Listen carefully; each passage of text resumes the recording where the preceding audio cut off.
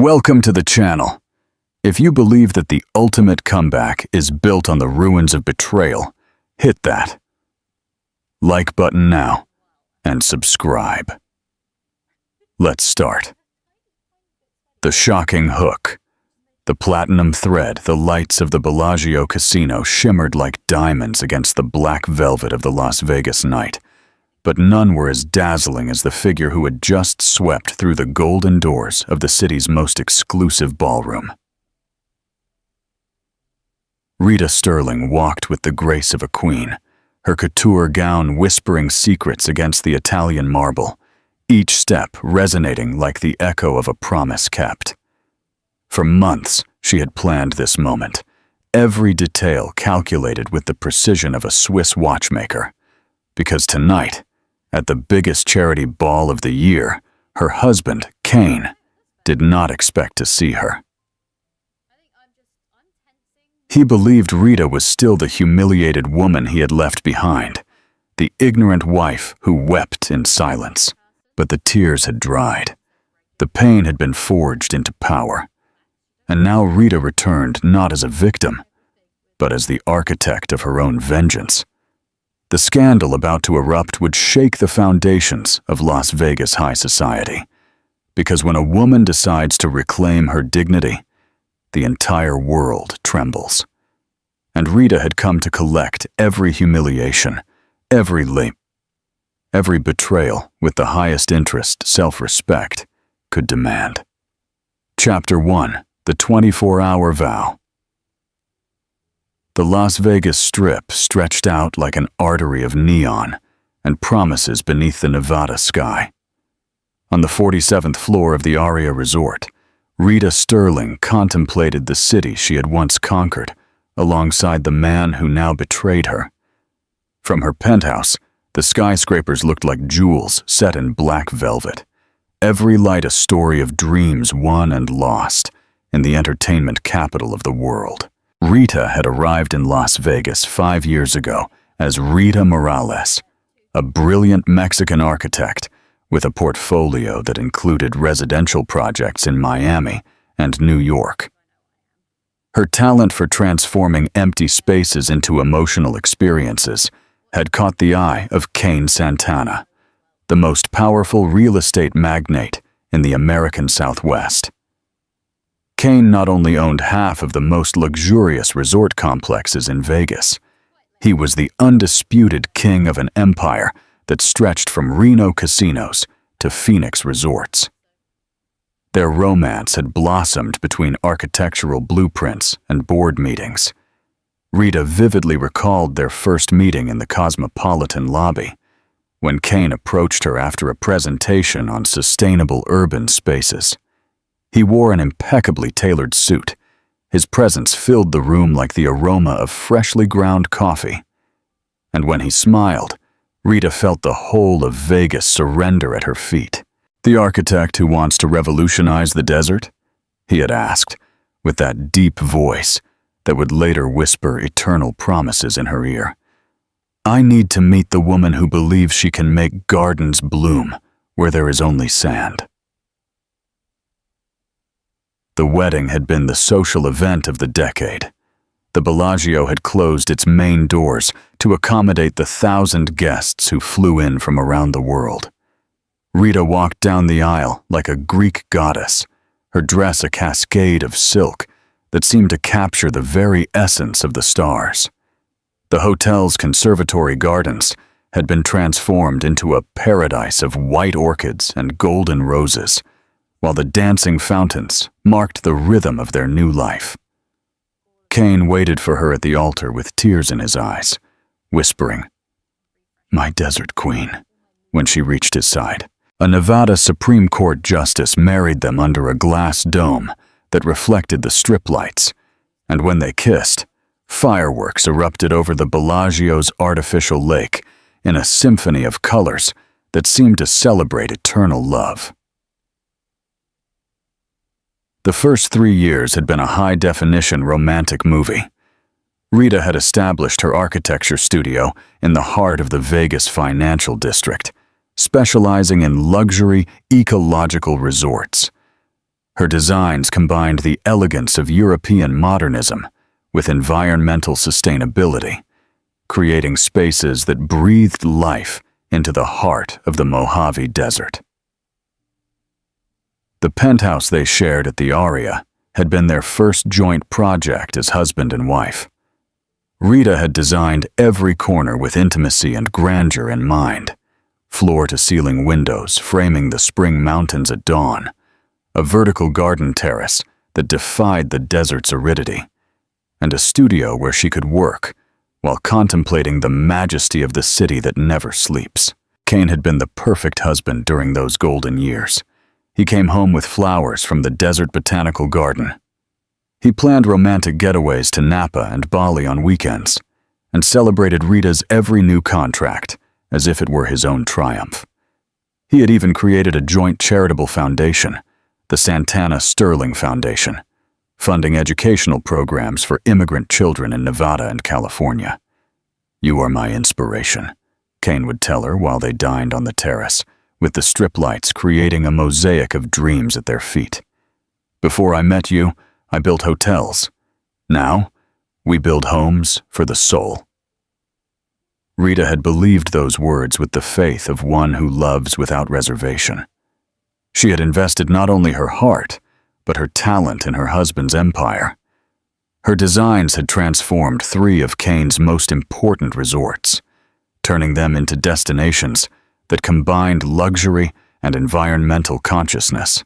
The Mirage Gardens, with its suites that seemed to float above hydroponic gardens, the Sahara Oasis, where each room had its own terrace overlooking an artificial oasis. Rita had designed to capture the desert's essence without destroying its natural balance. But the serpents of paradise have always known how to camouflage themselves among the most beautiful flowers. The change had begun subtly, like cracks in concrete that appear before a building collapses.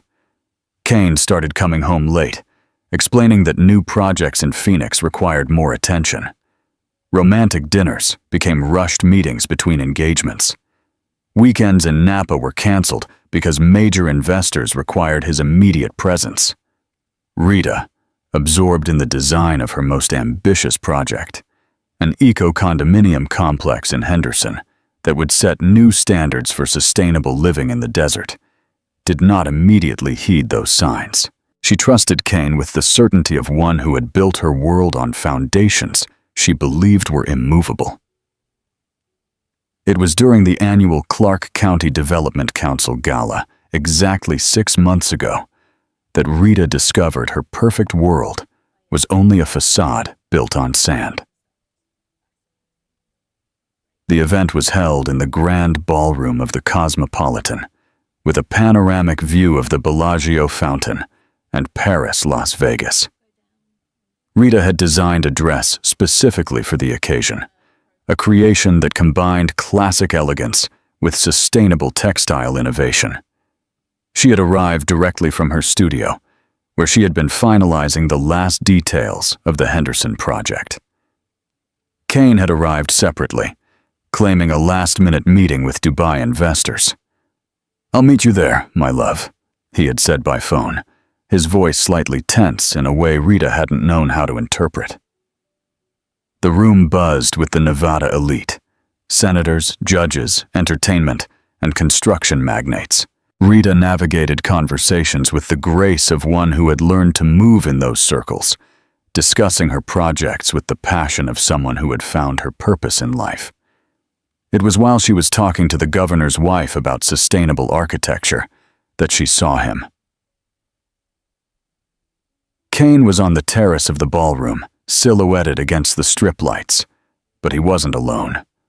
A young woman with long hair and feline movements leaned against him with a familiarity that made Rita's heart stop completely. It wasn't the proximity that alarmed her. Rita had learned that in business, personal space often shrinks, but the way Kane stroked the woman's cheek, the way his lips curved into a smile that Rita recognized because it had been hers for 5 years. The world slowed like a film noir movie. The sounds of the ballroom became distant, the lights blurred, and Rita felt as if she were watching the scene through water. The woman whispered something into Kane's ear, and he laughed with that intimate laugh Rita thought she knew in all its variations. Then the woman rose on her toes and kissed Kane. It was not a casual or friendly kiss. It was the kiss of a mistress sure of her place in the heart of the man she belonged to. Rita dropped her champagne glass. The crystal shattered against the Italian marble, and the sound sliced through the air like a scream that couldn't escape her throat. The governor's wife turned to her with concern. "Rita, are you all right?" But Rita was no longer there. Her body remained in the ballroom, smiling automatically and apologizing for her clumsiness. But her soul had begun a journey to unknown territory, where certainties crumbled like sandcastles under the ocean waves. That night, Kane came home acting like the perfect husband always had. He kissed Rita's forehead, asked about her day, and apologized for being caught up in business talks during the gala. Rita said nothing. She lay beside him, listening to his steady breathing, and began to plan. Because an architect knows that before building something new, it is sometimes necessary to completely demolish what exists. Rita paused. The betrayal is confirmed, but what should Rita's next move be? A. Public confrontation. B. Quietly gather financial evidence first. C. File for divorce immediately. Tell us your choice. Chapter 2. Demolition. The next 3 months were an accelerated education in the art of living with a broken heart while maintaining a perfect facade. Rita became a consummate actress, playing the role of the happy wife, while her inner world crumbled like a building demolished in slow motion. Mornings began with the same routine they had followed for years. Kane woke up at 6 a.m., showered while Rita prepared coffee in the penthouse gourmet kitchen.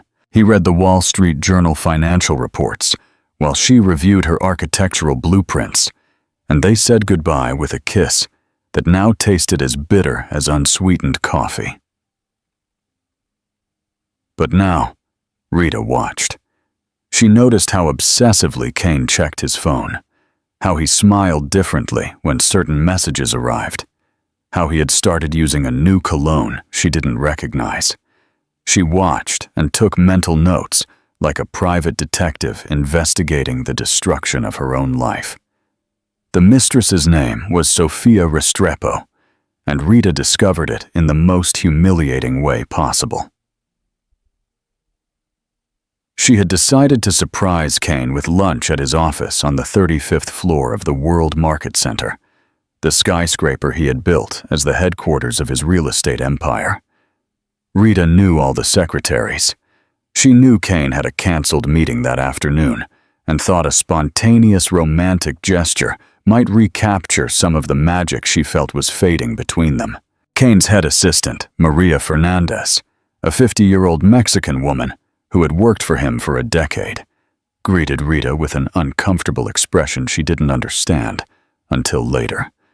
"Mrs. Santana," Maria said, using the married name Rita had adopted professionally. "Mr. Kane is in a meeting. He wants me to let him know you are here." "No need," Rita replied cheerfully, carrying the lunch basket she had prepared with dishes from Kane's favorite culinary district restaurants. "I'll just take him a quick surprise." Maria quickly stood up. "Ma'am, perhaps it would be better." But Rita had already pushed open the double-tempered glass doors leading to Kane's executive office. The office she had designed with windows framing a 360-degree view of Las Vegas, where they had celebrated so many professional and personal triumphs. Kane was behind his black walnut desk, but he wasn't alone, and he definitely wasn't working. Sofia Restrepo. Rita immediately recognized the woman from the terrace. She was sitting on the desk, her bare legs dangling as Kane stood between them, his hands exploring the young woman's body with a passion Rita thought belonged exclusively to her. Time stopped. The lunch basket slipped from Rita's numb hands, crashing onto the travertine marble floor as the containers burst open, scattering food across the office. The sound made Kane and Sophia jump apart as if they had received an electric shock. "Rita!" Kane's voice sounded like it came from the bottom of a well. "It's not what it looks like." But Rita already knew that line of the script. She had seen enough movies, read enough novels, comforted enough friends to know that when a man says it's not what it looks like, it usually is exactly what it looks like, only worse. Sophia Restrepo was 26. Rita would know later, when morbid curiosity led her to investigate every detail of her replacement's life. She was Colombian. She had arrived in Vegas 2 years ago on a student visa to pursue an MBA at UNLV, and had landed an internship at Kane's company 8 months prior. She was beautiful in that effortless way possessed only by women who have never had to question their worth in the world. She had desert-tanned skin, eyes the color of aged whiskey, and the confidence of one who knows she can have anything she desires. "Sophia, you can go," Kane muttered, his voice shaky as he straightened his shirt. "We'll talk later." Sophia picked up her blazer from the floor with slow, deliberate movements, as if she had all the time in the world. When she passed Rita, she stopped and looked directly into her eyes. There was no shame in her expression, no apology. There was something worse, pity. "Rita," she said with a smooth Colombian accent, like poisoned honey. "I'm sorry you had to find out this way." And she walked out, leaving behind the scent of her perfume and the implicit certainty that she, not Rita, was now the owner of Kane's heart. Rita remained motionless in the center of the office, surrounded by the remnants of her romantic gesture and the ruins of her marriage. Kane approached her, hands outstretched, as if she were a wounded animal that might flee or attack. "Rita, my love, we need to talk. This doesn't mean anything. It's just what?" Rita's voice sounded strangely calm, as if it belonged to someone else. "Just sex? Just fun? Just a midlife crisis?" Kane opened his mouth, closed it, and Rita could see in his eyes the exact moment he decided to lie to her. Again. "It's complicated. Business and the stress. You're always busy with your projects." And there it was, the blade that cuts deeper than betrayal, victim blaming. Somehow, Rita was to blame for her husband putting his hands on another woman. Somehow, her professional success, her passion for her work, her dedication to building something beautiful and meaningful had made her the villain of her own story. Rita picked up her purse from the floor, carefully avoiding the remains of the lunch she had so lovingly prepared. When she turned, she looked at Kane with eyes he didn't recognize. She was no longer the woman who had wept in secret for months. She was something new, something he had unknowingly helped create. "When you come home tonight," Rita said with a blood-chilling calm. "I won't be there. Rita, please, we can fix this. I can end things with Sophia. We can go to couples therapy. We can—" But Rita had already walked out, leaving Kane alone with his empty promises and the lingering aroma of his mistress's perfume. Chapter 3. The financial devastation. Rita did not return to the penthouse that night or the next. She checked into a suite at the Four Seasons, the hotel she had designed when she still believed in happy endings, and began making phone calls to her lawyer, her accountant, and her sister in Mexico City, who screamed in Spanish for 20 minutes straight when Rita told her what she had discovered. The following days were a whirlwind of revelations that made discovering the infidelity seem only the first chapter of a much more sinister novel. Her lawyer, Robert Chen, a meticulous man with 30 years of experience in high-profile Nevada divorces, summoned her to his office in the financial district to review their marital assets. What she discovered, took her breath away. "Rita," Robert said, adjusting his glasses as he reviewed a mountain of financial documents. "We need to talk about some irregularities in your accounts. For 5 years, Rita had maintained separate bank accounts for her architecture business, but also joint accounts with Kane for household expenses and shared investments, or so she thought. Kane has been transferring money from the joint accounts to corporate accounts in your name," Robert continued. "But you never authorized these transfers, did you?" Rita shook her head, feeling the ground vanish beneath her feet. "Records show that over the last 18 months, $2.3 million has been moved from your marital accounts into corporate accounts listed under your name, but which you never opened. And there's more." Robert showed her loan documents Rita had never seen, investment contracts that bore her signature, but she didn't recall signing, and mortgages on properties she was unaware of owning. "It appears your husband has been using your identity and your credit reputation to finance risky investments, and some of those investments have failed." The room began to spin. Rita gripped the arms of the leather chair as Robert continued to explain the dimensions of Kane's financial betrayal. "How much do I owe?" Rita asked, her voice barely a whisper. "If these documents are valid, and I have reason to believe they are, you are personally liable for approximately $8 million in debts you didn't know existed. $8 million.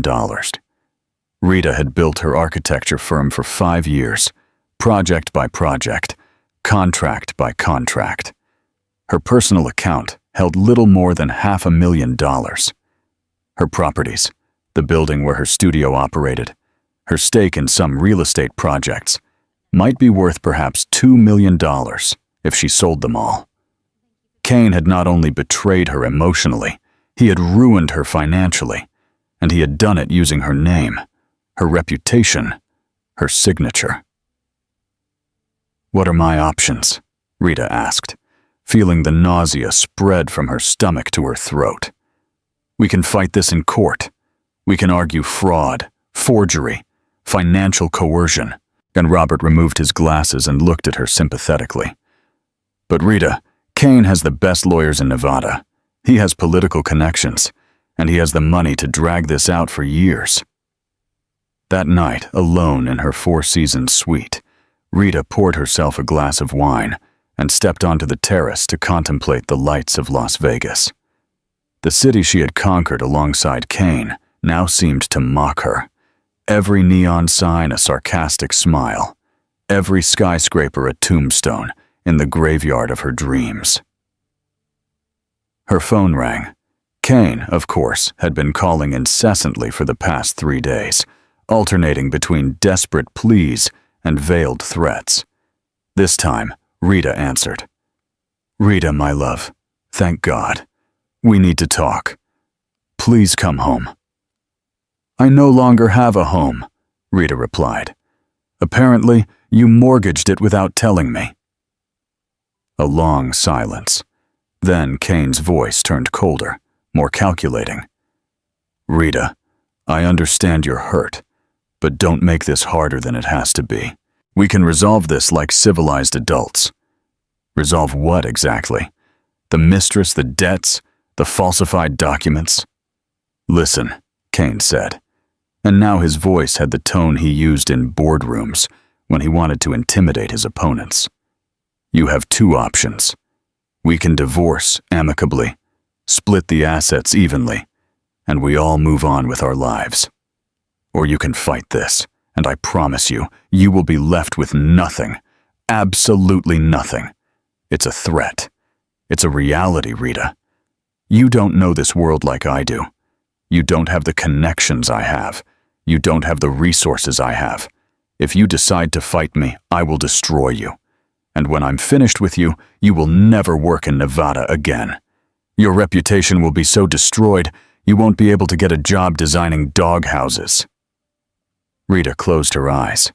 In the background, she could hear music coming from one of the casinos, a cheerful melody that contrasted obscenely with the nightmare her life had become. "And there's something else," Kane continued. "Sophia is pregnant." The words struck Rita like a physical blow. She doubled over, the phone slipping from her hands as the tears she had been holding back for days finally burst forth like a flooded river.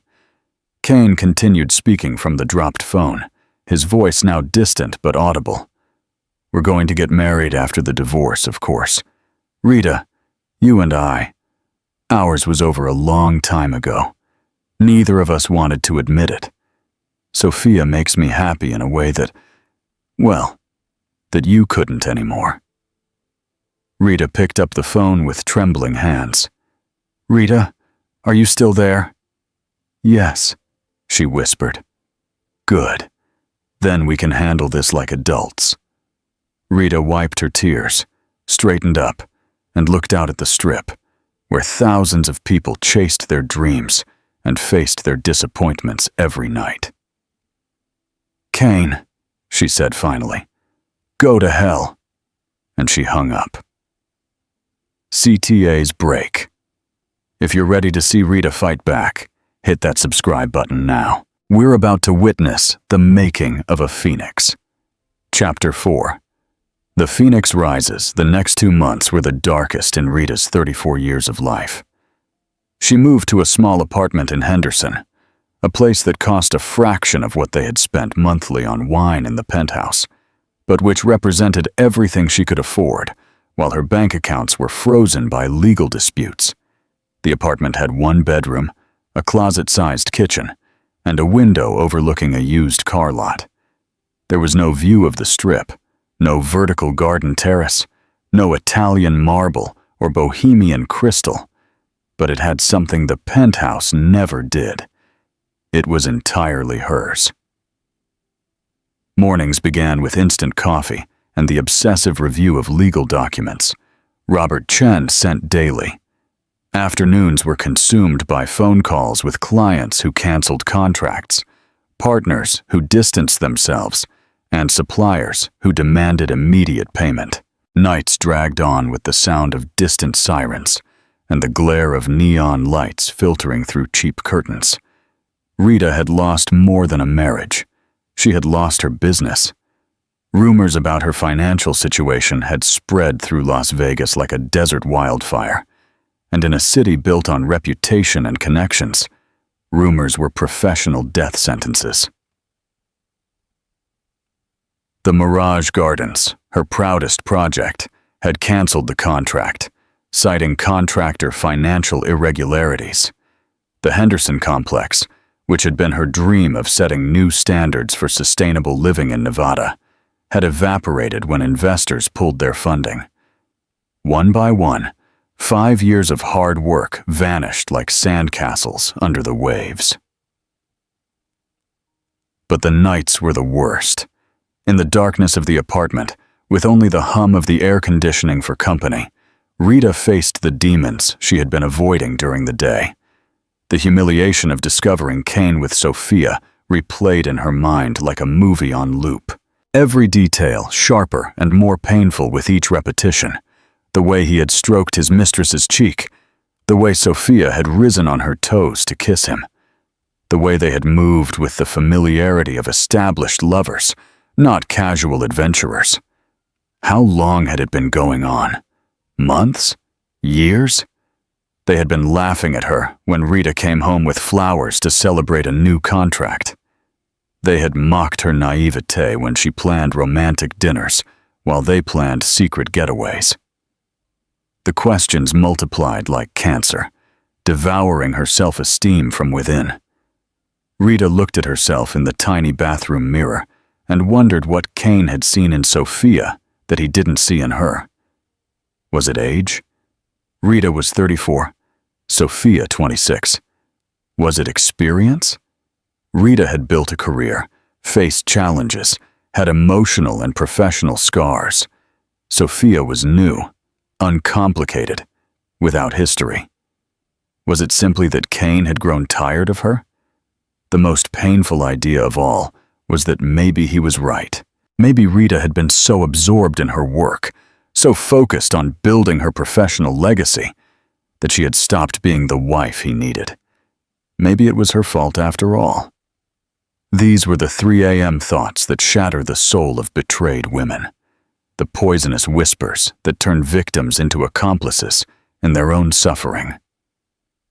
Rita had started drinking, not dramatically or self-destructively, but with the clinical precision of someone using alcohol as anesthesia. 1 glass of wine with dinner turned into 2. 2 turned into half a bottle. Half a bottle turned into the whole bottle as she reviewed legal documents that seemed to be written in an alien language. She stopped wearing makeup, stopped doing her hair, stopped wearing the dresses she had collected during years of professional success. She lived in leggings and oversized t-shirts like a depressed college student, not the successful architect she had been. Her sister Carmen called from Mexico City every night, alternating between rage directed at Kane and concern directed at Rita. "Come home," Carmen pleaded. "You can rebuild your life here. Dad knows architects in Mexico City. You can start over." But returning to Mexico felt like admitting defeat. Rita had come to Las Vegas with huge dreams and a portfolio full of ambitions. Going home would mean explaining to her entire extended family, her former university professors, her colleagues in Guadalajara, why the successful Rita Morales, who had conquered Nevada, now returned empty-handed and heartbroken. Reader, pause. If you've ever felt your world completely crumble, comment below. You are not alone in this fight. The moment of awakening arrived in the most unexpected way. A chance encounter at a Smith supermarket in Henderson on a Tuesday afternoon. Rita was in the cheap wine aisle, debating between a text $8 bottle of Cabernet and a text $10 bottle, when she heard a familiar laugh. She froze, her hand extended toward the shelf, as her brain processed the sound she had known intimately for 5 years. Kane's laugh. She peered out from behind the special offer display and saw them. Kane and Sophia were pushing a cart filled with gourmet products, the kind Rita and he used to buy together. Sophia wore a maternity dress that accentuated her 5-month pregnancy, and Kane had his hand protectively placed on her lower back as they navigated the supermarket like any happy couple expecting their first child. Rita hid behind the display, hating herself for her cowardice, but unable to move. From her hiding place, she could hear fragments of their conversation. "How about we make pasta tonight?" Sophia was saying with her smooth Colombian accent. "With that wine we bought last week." "Perfect," Kane replied. His voice was filled with the tenderness Rita remembered when he spoke to her. "And should we invite Marcus and Diana? We haven't seen them in a while."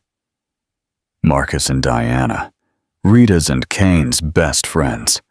The couple who had been in their wedding, who had dined at their penthouse dozens of times, whom Rita had considered family.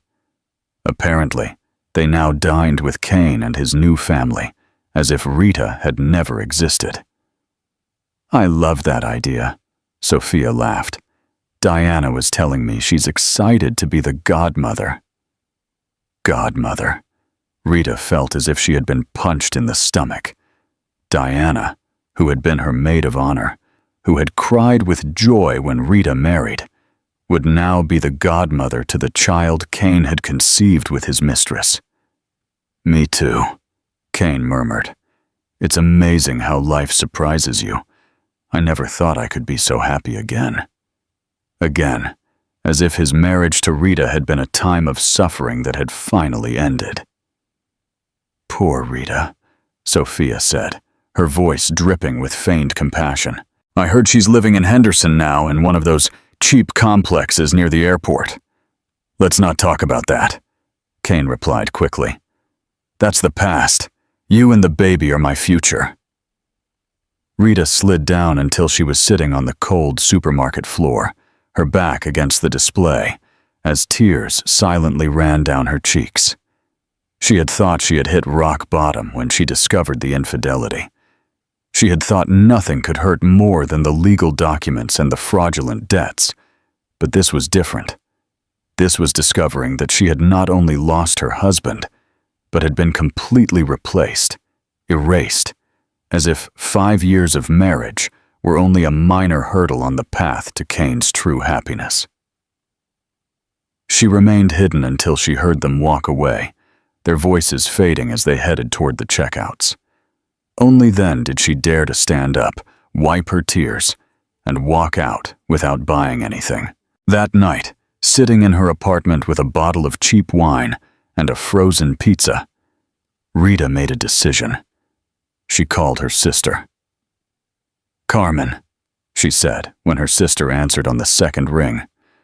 "Rita, my love, how are you?" I saw them together today. A long silence. Carmen knew exactly who she meant. "And how do you feel?" Rita paused. How did she feel? Destroyed, certainly. Humiliated, definitely. Betrayed, of course. But there was something else. Something that had been quietly growing in the depths of her pain, like a seed in fertile ground. "Angry," she said finally. "I feel very angry." "Good," Carmen replied fiercely. "It's about time." "Carmen, I need you to come to Las Vegas." "When?" "Now. Tomorrow. As soon as possible." "And for what?" Rita stood up and walked to the window overlooking the parking lot. In the distance, she could see the lights of the Strip, the city she had loved, that she had called home, that she had thought of leaving defeated. "We are going to destroy that son of a bitch," Rita said, with a calm she hadn't felt in months. "We are going to take back everything he stole from me, and we are going to do it in a way he will never forget." Carmen laughed, and Rita could hear in that laugh the echo of all the Morales women who had faced adversity for generations. Her grandmother, who had supported 6 children alone when her husband abandoned them. Her mother, who had built a catering company from scratch when her husband lost his job. The women in her family didn't surrender. They took revenge. "Now you're talking like a Morales," Carmen said. "What do you need me to bring?" Rita smiled for the first time in months, and it was a smile that would have made Kane tremble if he had seen it. "Bring money, bring contacts, and bring a taste for war." Chapter 5. The architect of vengeance, Carmen, arrived 3 days later with 2 suitcases, $15,000 in cash she had raised by selling family jewelry and taking out loans from uncles and cousins, and a plan she had been refining during the 6-hour flight from Mexico. "First," Carmen said as she settled onto the apartment's sofa bed, "we need information. Everything about Kane, about Sophia, about the businesses, about the real debts versus the fabricated ones. How are we going to get that?" Carmen smiled, and Rita saw in that smile the reflection of her own newfound determination. "Remember Cousin Luisa, the one who married the private investigator in Mexico City? Well, Fernando has a partner here in Las Vegas, an ex-cop who specializes in financial fraud and infidelity cases, and we owe him a favor from when we helped with his immigrant parents' case last year. In less than a week, they had a 200-page file on Kane Santana and Sofia Restrepo, photographs of their meetings in secret restaurants, hotels, and apartments, bank documents showing money transfers to offshore accounts, phone records proving the relationship had started long before Kane had admitted it, and most importantly, solid evidence that Kane had been forging Rita's signature for over 2 years.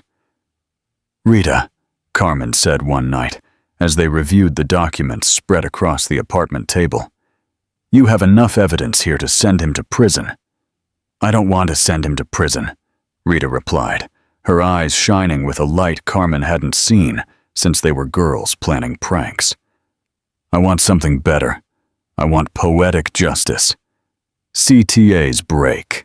Hit the like button if you think Rita is going to win this battle. Her revenge is just beginning. 2 weeks later, Rita showed up at Robert Chen's office with a new look and a completely different plan. She was wearing makeup again, her hair cut in a bolder style, and she wore one of her most elegant business suits. "Robert," she said, placing the detective's file on his desk. "I want to withdraw the divorce petition." Robert looked at her as if she had lost her mind. "Rita, I don't understand. With this evidence, we can destroy Kane in court. We can get your money back, clear your name, and ensure he pays for what he did to you." "Exactly," Rita smiled. "But not in court. We are going to do this my way." Rita Morales' reinvention began with an act of pure theater. 6 months after discovering Kane's betrayal, after hitting rock bottom emotionally and financially, after meticulously planning every move of her counterattack, Rita returned to the world of Las Vegas high society as a completely new version of herself. The first step was to move. Carmen had used her contacts in the Mexican hotel industry to secure a bridge loan that allowed them to rent a sleek loft in the Las Vegas Arts District. It wasn't as luxurious as the penthouse she had shared with Kane, but it had something the penthouse never did. It was the perfect stage for Rita's transformation from victim to avenger. The loft was a renovated warehouse with 20-foot ceilings, industrial windows that stretched from floor to ceiling, and an open space that Rita transformed into a combination of home, office, and operations center. Carmen had brought minimalist furniture from Mexico, pieces that combined functionality with austere elegance. The result was a space that breathed quiet power and urban sophistication. Rita had hired a personal trainer, a nutritionist, and a stylist, not to become more beautiful. She had always been beautiful, but to project the kind of confidence that comes from someone who has faced hell and emerged stronger. Her new hair was shorter and more angular, framing her face in a way that accentuated her high cheekbones and expressive eyes. Her new clothes were minimalist, but impeccable. Clean lines, neutral colors, pieces that whispered wealth without shouting it. But the most important change was not physical. It was mental. Rita had spent months studying not just Kane, but his entire world. She had memorized the name of every business partner, every board member of every company, every important client. She had researched his finances, his weaknesses, his secrets. She had mapped his empire like a general studying enemy territory before an invasion, and she had discovered something that changed the entire game. Kane was not the financial genius he pretended to be. His empire was built on a mountain of cleverly concealed debt, cross loans between his various companies, and an investment scheme that only worked as long as he continued to expand. It was a financial house of cards held up only by momentum and reputation, not by solid fundamentals. Most importantly, Rita had discovered that Kane desperately needed one specific contract to keep the entire structure afloat: the development of the new casino resort that the Las Vegas City Council was bidding on. A $2 billion project that would transform a 20-acre vacant lot near the airport into the largest entertainment complex in Nevada. And Rita had the perfect design to win it. During 5 years of marriage, she had been secretly working on a personal project, a revolutionary concept that combined sustainable architecture with immersive entertainment technology. It had been her dream to create something that would forever change the way people experienced Las Vegas, that would show that entertainment and environmental responsibility were not mutually exclusive. She had never shown it to Kane because she wanted to surprise him when it was completely finished. Ironic that the project designed to celebrate their marriage would now be the perfect weapon to destroy him. Rita had spent the last 6 weeks refining her presentation, contacting former clients who had remained loyal despite the rumors, and building a new company from scratch. Morales and Associates no longer existed, but in its place had emerged Phoenix Design Collective, with Carmen as a business partner and a team of young, hungry architects who had worked on some of the most innovative projects in California and Arizona. The name was no accident. Rita had risen from the ashes of her previous life like a phoenix and wanted the whole world to know it. Rita's first public appearance was carefully orchestrated. The Clark County Development Council hosted a monthly cocktail at the Cosmopolitan, the same hotel where she had discovered Kane's betrayal 6 months earlier. It was the perfect event, important enough to attract all of Nevada's real estate development elite, yet casual enough to appear coincidental. Rita arrived at exactly 7:30 p.m., late enough to make an entrance, but early enough not to seem calculated. She wore a fluid architectural dress she had designed specifically for the occasion, a piece that moved like liquid water and caught the light of the crystal chandeliers, creating an almost ethereal effect as Rita moved through the ballroom. The effect was immediate. Conversations gradually stopped as Rita moved through the room, greeting acquaintances with the grace of someone who had never disappeared. For those who had known her as Kane's wife, it was evident that something fundamental had changed. This was not a woman broken by divorce. It was a woman who had found something more powerful than marriage. She had found herself.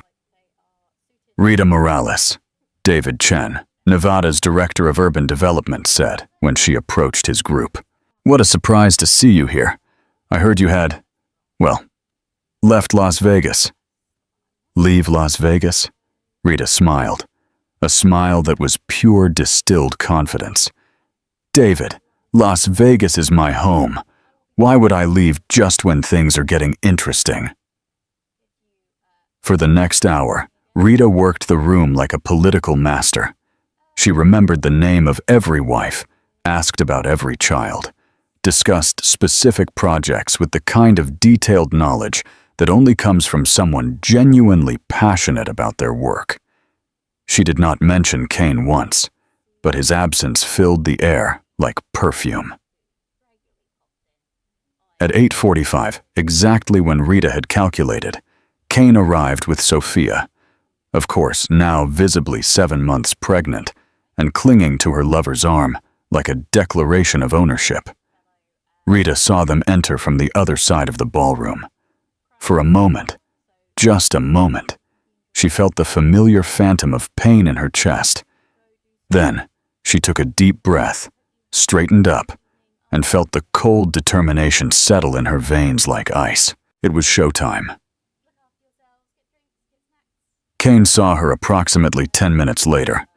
Rita was in the center of a group of 5 important men: state senators, development directors, the mayor of Henderson, laughing at something Marcus Williams, Arizona's most respected architect, had said.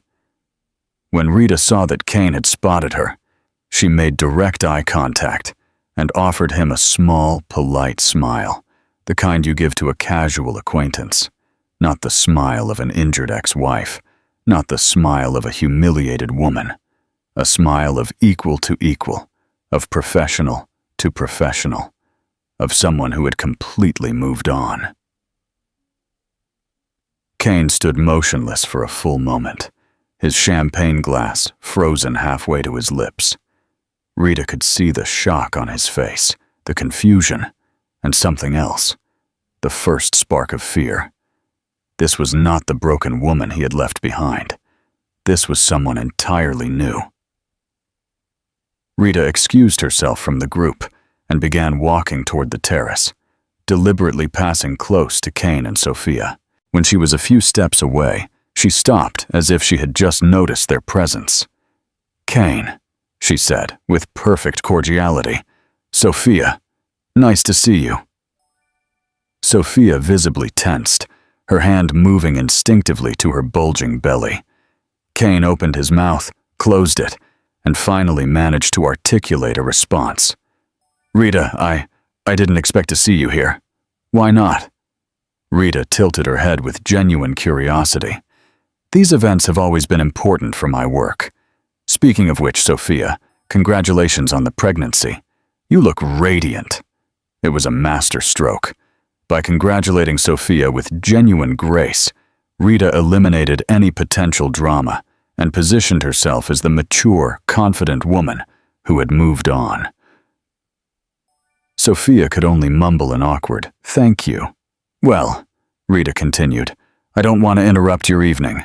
Kane, I hope you're well. I hope you're both well."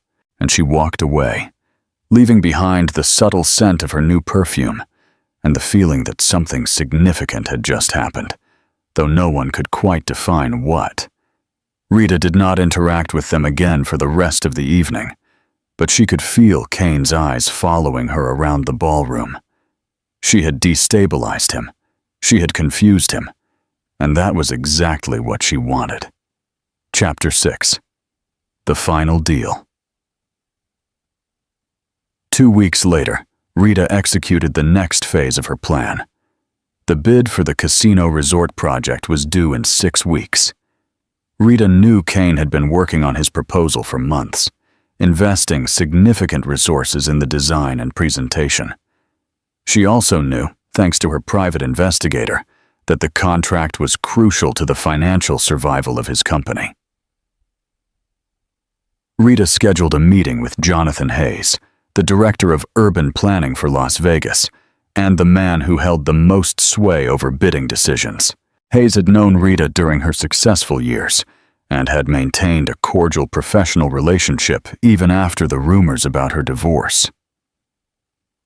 "Jonathan," Rita said, as she sat in his City Hall office overlooking downtown Las Vegas, "I have a proposal that is going to change the way you think about resort development." For the next hour, Rita presented her vision for the new casino resort. It wasn't just a building. It was a complete ecosystem that combined world-class entertainment with environmental innovation, vertical gardens that would purify the desert air, closed-loop water systems that would turn Las Vegas into a conservation model, entertainment spaces that would use augmented reality to create immersive experiences without the material waste of traditional construction. "It's audacious," Hayes admitted after seeing the presentation. "Incredibly audacious. Do you have the resources to execute something like this?" "I have something better than resources, Jonathan. I have passion, and I have a team that shares that passion. This is not just a commercial project for me.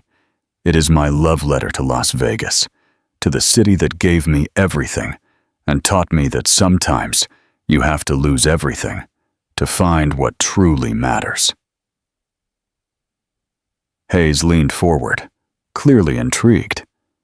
"Rita, this could revolutionize the entertainment industry, but it's also going to cost a fortune to implement."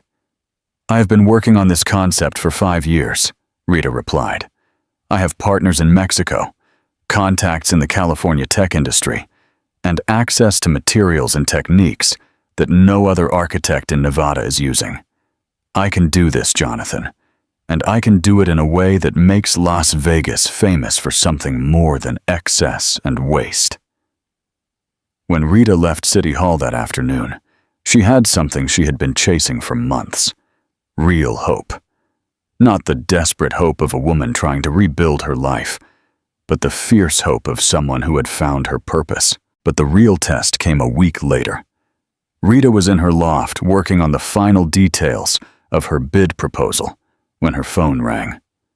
The name on the screen made her smile. Kane. She had been waiting for this call. "Hello, Kane," she answered, with the same professional cordiality she had used at the cocktail party. "Rita, we need to talk." "About what?" A long silence. Rita could hear the tension in his breathing. "You know what? I heard you're preparing a proposal for the casino project." And Rita, Kane's voice became softer, more manipulative, the tone he had used for years to get her to do what he wanted. "Love, I know you're hurt. I know I made mistakes, but this is too much. This project, I've been working on it for 2 years. It's crucial for my company." Rita felt a cold calm spread through her body. It was the moment she had been waiting for months. "Are you asking me to withdraw my proposal?" she asked with academic curiosity. "I'm asking you to be reasonable. I can make it worth your while. I can offer you contracts. I can recommend you for other projects. We can work together on this." Rita laughed, and it was a laugh completely devoid of humor. "Kane, do you know the difference between you and me? You build to own. I build to create. And Las Vegas deserves something created with passion, not owned by greed." "Rita, please. Good luck with your proposal, Kane. May the best man win." And she hung up. Chapter 7. The Final Dance. The Bellagio Grand Ballroom had never witnessed such a complete transformation. The same woman who 6 months earlier had fled this place heartbroken now commanded the space like a queen reclaiming her kingdom. It was the night of the annual Nevada Children's Foundation Gala, the most important social event of the year in Las Vegas. And Rita Morales had returned not as the humiliated ex-wife of Kane Santana, but as the triumphant CEO of Phoenix Design Collective. 3 days earlier, the Las Vegas Urban Development Commission had officially announced that Phoenix Design Collective had won the bid for the casino resort project. The $2.1 billion contract had not only established Rita as the most powerful architect in the Southwest, but had sent shockwaves throughout the entire Las Vegas business community. Kane had lost more than a contract. He had lost his future. The financial investigations triggered by Rita's win had revealed the true extent of Kane's fraudulent schemes. The falsified documents with Rita's signature were only the tip of the iceberg. For years, Kane had been manipulating investments, concealing debts, and using his partners' companies as fronts for money laundering. Without the casino contract to maintain cash flow, his entire financial empire had crumbled like dominoes. This morning, federal agents had raided the offices of Santana Development Group. Kane faced charges of bank fraud, tax evasion, and document forgery. His assets were frozen, his bank accounts closed, and his reputation destroyed forever. But Rita hadn't come to the ball to celebrate her ex-husband's downfall. She had come to prove that a woman can rise from the ashes of her former life and build something more beautiful than she ever imagined possible. The dress she wore had been specifically created for this night by an emerging designer from Mexico City, a piece that combined timeless elegance with textile innovation.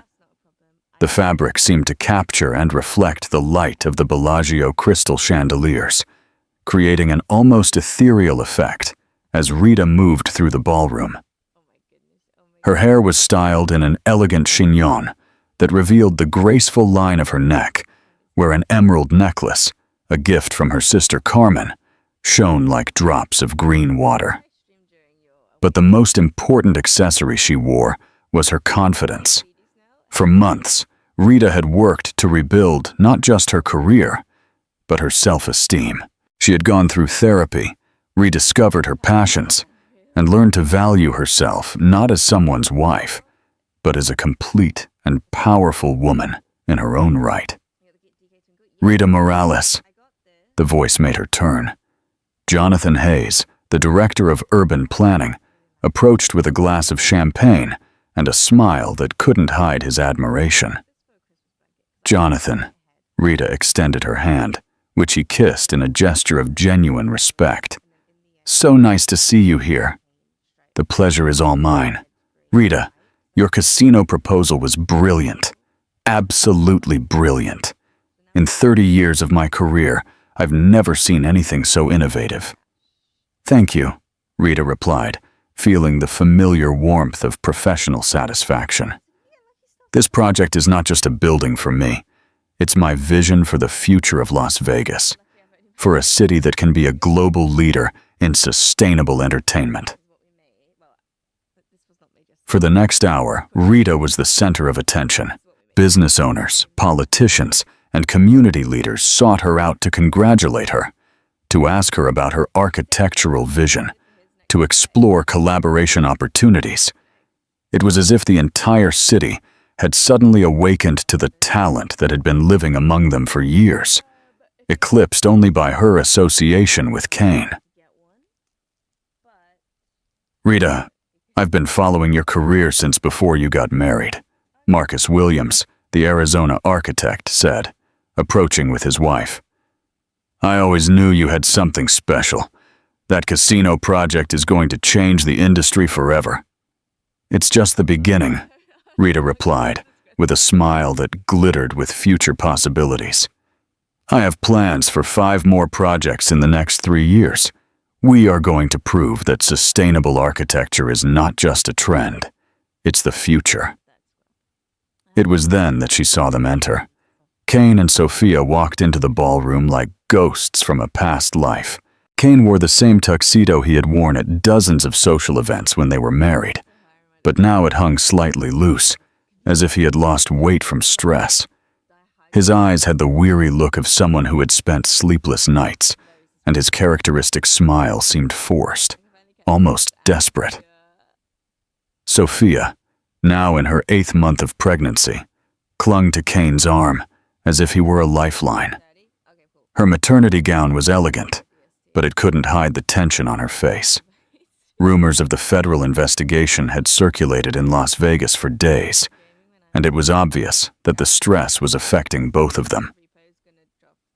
Rita felt a strange calm descend upon her. For months, she had imagined this moment. She had mentally rehearsed dozens of different scenarios. But now that she was here, she realized she didn't feel the vengeful triumph she had expected. She felt no satisfaction in seeing Kane destroyed, no pleasure in the obvious fear in Sophia's eyes. She felt something more powerful, indifference. Kane had seen her. Across the crowded ballroom, their eyes met, and Rita could see in his gaze a complex mix of emotions: admiration, regret, fear, and something that might have been nostalgic love. He started walking toward her. Rita excused herself from the group she was talking to and headed toward the center of the ballroom, where couples were beginning to dance to the sound of an orchestra, playing classic jazz standards. She wasn't running from Kane, but she wasn't going toward him either. She simply existed in her own space, confident and serene. "Rita," Kane's voice sounded hoarse, as if he had been shouting or crying. Rita turned to him with the same politely neutral expression she had perfected over months.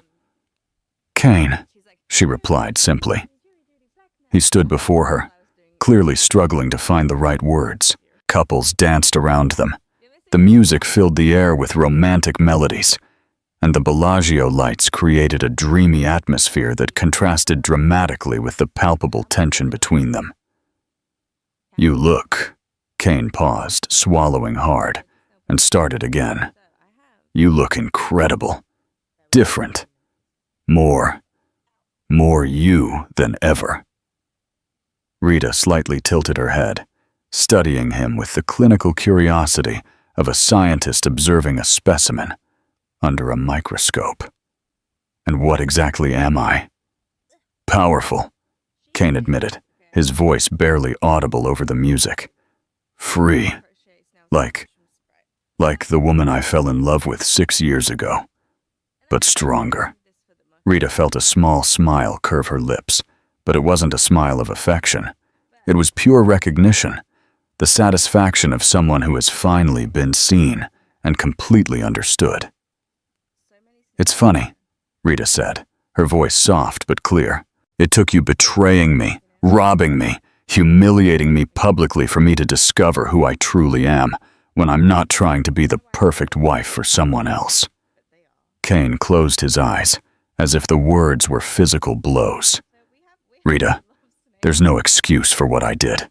I was a coward. I was an idiot. I ruined the best thing that ever happened to me." "Yes," Rita agreed with a terrible calm. "You did." The silence stretched between them as couples continued to dance, oblivious to the drama unfolding in the center of their perfect circle. "Is there any chance?" Kane began, but Rita raised a hand to stop him. "No," she said simply. "There isn't. You don't even know what I was going to ask you." Rita smiled, and this time it was a genuine smile, filled with a compassion that was more devastating than any insult. "You were going to ask me if there was any chance of forgiveness, any chance of reconciliation, any chance that we could find a way to repair what you broke." Kane nodded miserably. "And the answer is no," Rita continued. "Not because I hate you, Kane. Not because I want to make you suffer, but because the woman you betrayed no longer exists. She died in your office the day I found her with you and Sophia. And the woman I am now deserves something much better than the broken pieces of a man who proved he doesn't know how to value what he has until he loses it." At that moment, as if choreographed by destiny, Marcus Williams approached them. "Rita," Marcus said, completely ignoring Kane, "will you grant me this dance? My wife insists I need practice before our daughter's wedding next month." Rita smiled at Marcus with genuine warmth. "It would be an honor." She extended her hand to Marcus and walked away from Kane without looking back, gliding onto the dance floor, where they began to move to the rhythm of The Way You Look Tonight. It was perfectly symbolic. Rita dancing with a man who respected her, who admired her work, who saw her as an equal, while Kane remained alone, watching from a distance. From Marcus's arms, Rita could see Kane standing motionless in the center of the ballroom, like an island of desolation in an ocean of celebration. Sophia had approached him, clearly worried about his emotional state, but he seemed unaware of her presence. His eyes followed Rita across the dance floor with the gaze of a man who finally understood the magnitude of what he had lost. "Are you okay?" Marcus asked, as they elegantly spun among the other couples. "I am perfect," Rita replied, and she was surprised at how true that statement sounded. "For the first time in months, I am exactly where I need to be." The music changed to a faster piece, and Marcus twirled her with the skill of someone who had learned to dance in an era where it was considered a social necessity. Rita laughed, a pure, joyful sound that made several people turn toward them with appreciative smiles. It was then that everything exploded. From the other side of the ballroom, Rita heard a scream. She turned toward the sound and saw Sophia doubled over, one hand on her bulging belly, the other desperately clinging to Kane's arm. Amniotic fluid had soaked the marble floor at her feet. "Help!" Kane shouted, his voice cracking with panic. "We need help! The baby is coming!" The ballroom immediately plunged into chaos. Guests crowded together, some trying to help, others simply watching with morbid curiosity. Someone shouted to call an ambulance. The music stopped abruptly, leaving only the sound of worried voices and Sophia's groans of pain. Rita stood motionless in the center of the dance floor, watching the scene unfold as if it were a film. For one eternal moment, time stopped as she processed what she was seeing. The man who had betrayed her, desperate and afraid, holding the woman who had been his accomplice, both facing a moment that reduced them to their most basic humanity. And Rita felt nothing. No pleasure in their suffering, no desire to help, no impulse for revenge, only a complete calm. The serenity of someone who had completely closed a chapter of her life and moved on.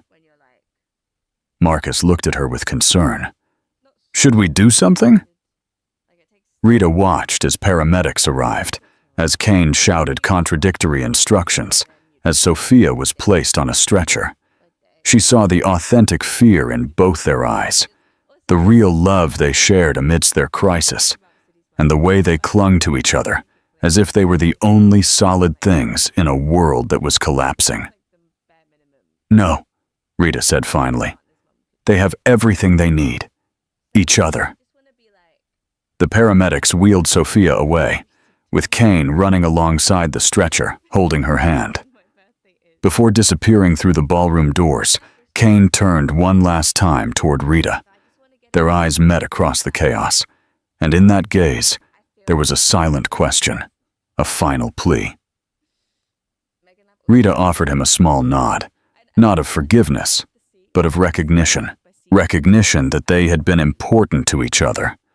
Recognition that they had shared real love, even if he had destroyed it. Recognition that it was time for both of them to move on with their separate lives. And then they were gone, and Rita was left standing in the most beautiful ballroom in Las Vegas, surrounded by the Nevada elite, with the future stretching out before her like a blank canvas waiting to be painted. "Well," Marcus said after a moment, "that was dramatic." Rita laughed, a pure, joyful sound that bubbled from the depths of her liberated soul. "You know what, Marcus? I think I've had enough drama for one lifetime. How about we talk about sustainable architecture and the future of Las Vegas instead?" Marcus smiled, clearly relieved by her attitude. "Now that sounds like an interesting conversation." And as the orchestra began to play again, and couples returned to the dance floor, Rita Morales began to speak passionately about her plans to transform Las Vegas into a model of sustainable urban development. She spoke of vertical gardens that would turn the desert into an oasis, of water technologies that would make Nevada a world leader in conservation, of spaces that would combine entertainment with environmental responsibility. She spoke, in other words, of the future, her future. Epilogue. The best bet. The story of Rita Morales did not end that night at the Bellagio. It ended 6 months later when she stood at the construction site of her revolutionary casino resort, watching as her vision took shape in steel and glass under the Nevada desert sun. The project that had begun as a romantic dream to share with her husband had become something far more powerful. The physical manifestation of a woman who had learned to build her happiness from the ground up. Women who have survived profound betrayals know this truth.